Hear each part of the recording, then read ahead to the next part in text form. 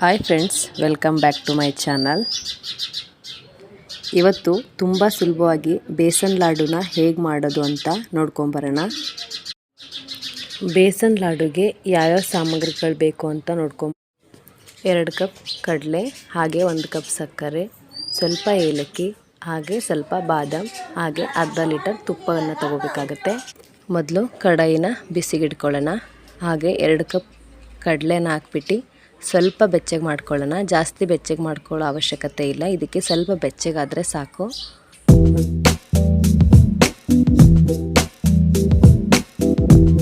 ಹಾಗೆ 1 cup ಸಕ್ಕರೆನ mixie ಮಾಡ್ಕೊಳ್ಳೋಣ, ನುಣ್ಣಗೆ ರುಬ್ಕೊಳ್ಳೋಣ. ಈಗ ರುಬ್ಕೊಂಡು ಅದನ್ನು ಸಾಣಿಸ್ಕೊಳ್ಳೋಣ. ಬನ್ನಿ ಫ್ರೆಂಡ್ಸ್.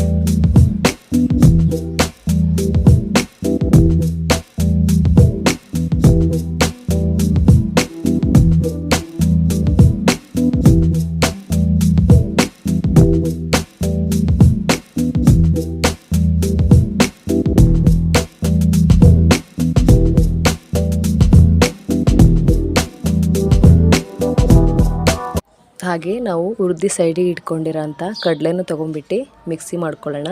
ಅದನ್ನು ಹಾಗೆ ಸಾಣಿಸ್ಕೊಳ್ಳೋಣ.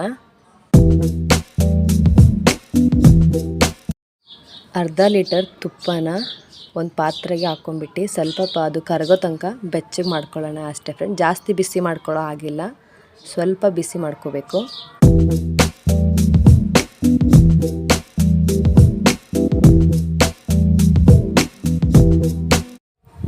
ಸಕ್ಕರೆ ಪುಡಿ ಹಾಗೆ ಕಡಲೆ ಪುಡಿನ ಒಂದು ತಟ್ಟೆಗೆ ಹಾಕ್ಕೊಬಿಟ್ಟು ಚೆನ್ನಾಗಿ ಮಿಕ್ಸ್ ಮಾಡ್ಕೊಳ್ಳೋಣ. ಚೆನ್ನಾಗಿ ಮಿಕ್ಸ್ ಮಾಡ್ಕೋಬೇಕು, ಎಲ್ಲೂ ಗಂಟಿಲ್ಲದೆ ಇರೋ ರೀತಿ. ಇವಾಗ ನಾವು ಸ್ವಲ್ಪ ತುಪ್ಪನ ಬೆಚ್ಚು ಮಾಡ್ಕೊಂಡಿದ್ವಲ್ಲ, ಅದನ್ನು ಆ ಹಿಟ್ಟಿನ ಮೇಲೆ ಹಾಕ್ಕೊಳ್ಳೋಣ. ಹಾಕ್ಕೊಂಡು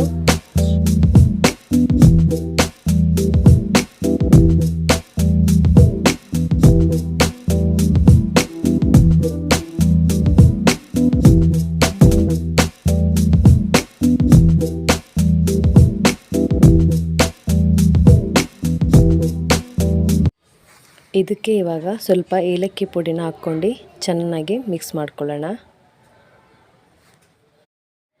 ಇದನ್ನು ನಾವು ಎಷ್ಟು ಚೆನ್ನಾಗಿ ಮಿಕ್ಸ್ ಮಾಡ್ಕೊತೀವೋ ಅಷ್ಟು ತುಂಬ ಚೆನ್ನಾಗಿ ಬರುತ್ತೆ.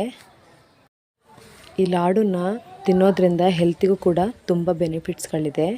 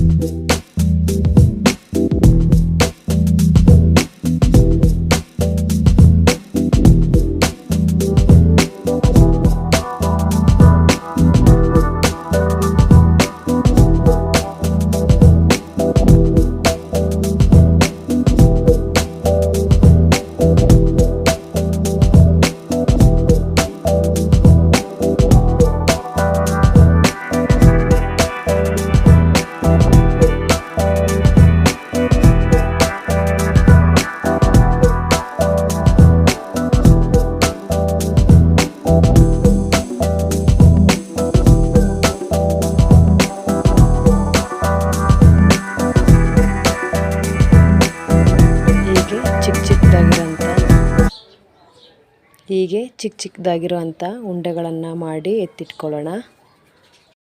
ಇದು ತಿನ್ನೋಕ್ಕೆ ಕೂಡ ಸಾಫ್ಟಾಗಿರುತ್ತೆ, ತುಂಬ ಗಟ್ಟಿಗಿರಲ್ಲ, ಸಾಫ್ಟಾಗಿರುತ್ತೆ. ಬಾಯಲ್ಲಿ ಇಟ್ಕೊಂಡ ತಕ್ಷಣ ಹಾಗೆ ಕರಗಿಬಿಡುತ್ತೆ ಫ್ರೆಂಡ್ಸ್.